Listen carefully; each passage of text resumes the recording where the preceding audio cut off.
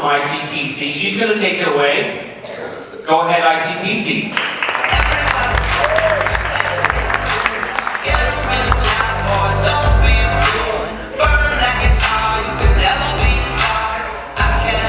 Hi everybody. This is so great. I got to know a lot of you, about 15 of you, a little bit better, and it was really great to see people come together, because no matter what skill or what job you want to go into, the one thing that I saw today that will get you really, really far is teamwork and collaboration.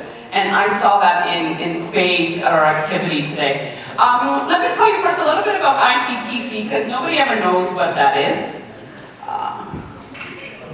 Including me. Here we go.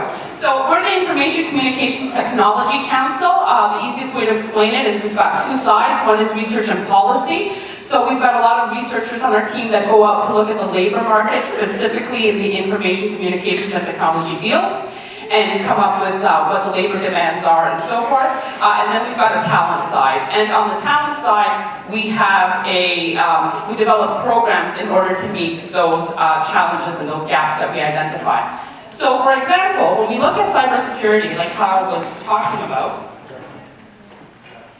I'm not going to go through every single one of these numbers, but as you can take a look at it, this is a general outlook on the economy. So 216,000 job shortage.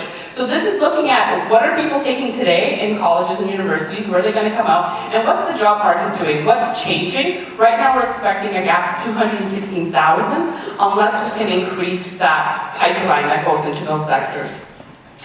I talked a little bit about the unemployment rate as well. The unemployment rate in the ICT sector is actually quite low. But one of the things that I want to stress today is that anybody here who doesn't want to go into robotics, into automation, into whatever else it may be, is that these technology skills, the STEM skills, math, sciences, whatever, are actually becoming the backbone of every industry.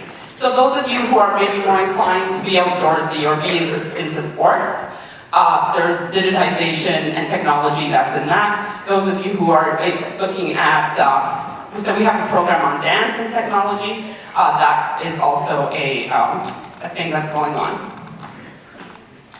As Kyle mentioned, cybersecurity is the saving side of things. But right now, the biggest problem is that cyber crime is the highest grossing, which means the most money making, as well as the highest growing from a security perspective. So unless you personally, I mentioned this to a lot of people who came to visit me earlier, have at least a 12-character password on your phones, computers, that is completely random, you are actually at high risk of getting hacked. And a lot of people go, like, mine used to be like 6, and supposedly you can get in really quickly at that. Kyle also mentioned the $3 trillion business that it's becoming, a huge problem there. And we're going to need about 40 to 50 cybersecurity specialists. So, let me get this, who can describe a hacker to me? James, you got this. So some of you have names attached to hackers, great. But I always get the same thing. It's always some guy, some young guy, wearing a black hoodie, sitting in a basement in front of a computer in the dark. Maybe you can see the glow in front of their face, and they're doing something evil in the background. That is not what cybersecurity is about. There are what we call ethical hackers, or white hacking, that exists, and what we're looking at having people do. There's all kinds of jobs within the cybersecurity field that exist. And as well as working within cybersecurity is also not about working for IBM, working for Amazon, working for Microsoft. People need this in healthcare to protect your very personal information. Within, I'm sure all the post-secondary schools that are here have cybersecurity of some type happening to protect their data and their intellectual property as well. I'm just repeating myself over and over here around the growth around cybersecurity. The job market is definitely on the rise. One of the points is also there are very few women in technology, period. That number has been unchanged over the last couple of years, sitting between 24 and 25%. Every time we see it increase, it decreases as well. We get a lot of, I meet personally a lot of women who were once in technology and are no longer in technology. We have a lot of women leaving the technology sector, so that's another thing that we're looking at. And there's even a bigger shortage when it comes to cybersecurity.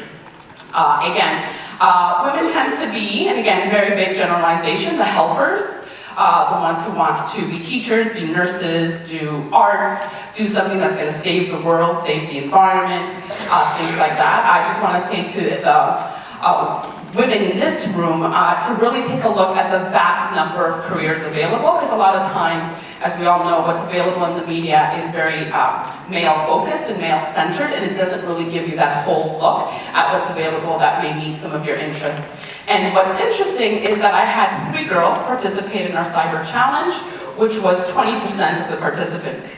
So I feel like when I visit classrooms and things like that, we're always sitting in that 20 to 25% range for participation. We have a Cyber Titan challenge. So we talked about earlier, somebody talked about the skills competition that happens for sort of robotics manufacturing. We have a cyber security competition that happens, which is in partnership with the Air Force in the United States. Their competition is called Cyber Patriot, and they've got tens of thousands of people competing globally. You can register a team, a minimum of 3 people, maximum of 6 plus 1 sub, just in case. There is a small fee for registering, but what you do is, first of all, let me clarify. When I say the word competition, it usually scares people off, because you automatically think, this is something I have to be good at already. That is not the case at all. The competition is based on learning as you go.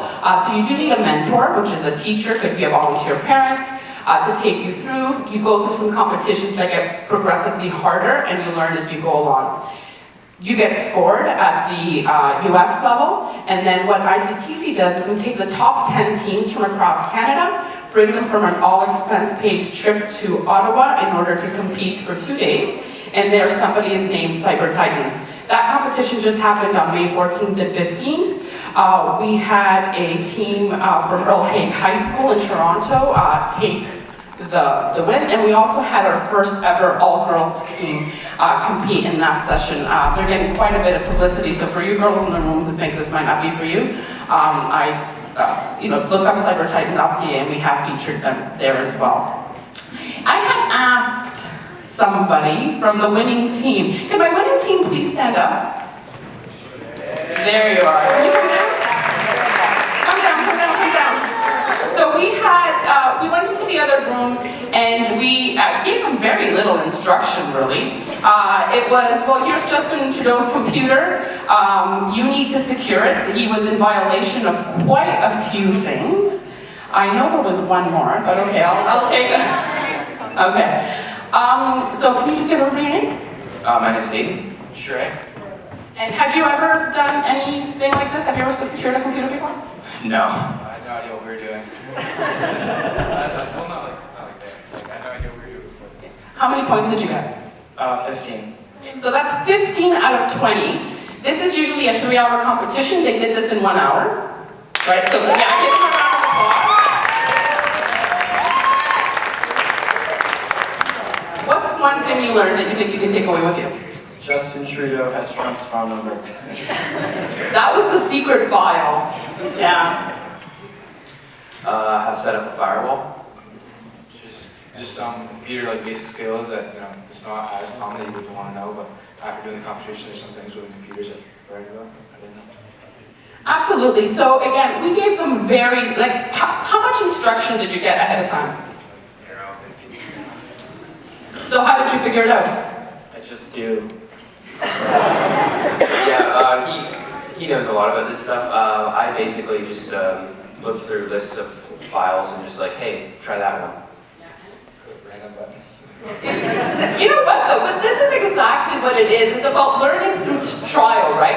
You took, and all of you are like, I just do or whatever, but what you're really doing is you're bringing your past experience. And you're not thinking about it consciously, but you're thinking, how can I use this to what I know and move it forward? I saw everybody, and everybody actually did a really good job. So if everybody could give a round of applause to everybody who participated.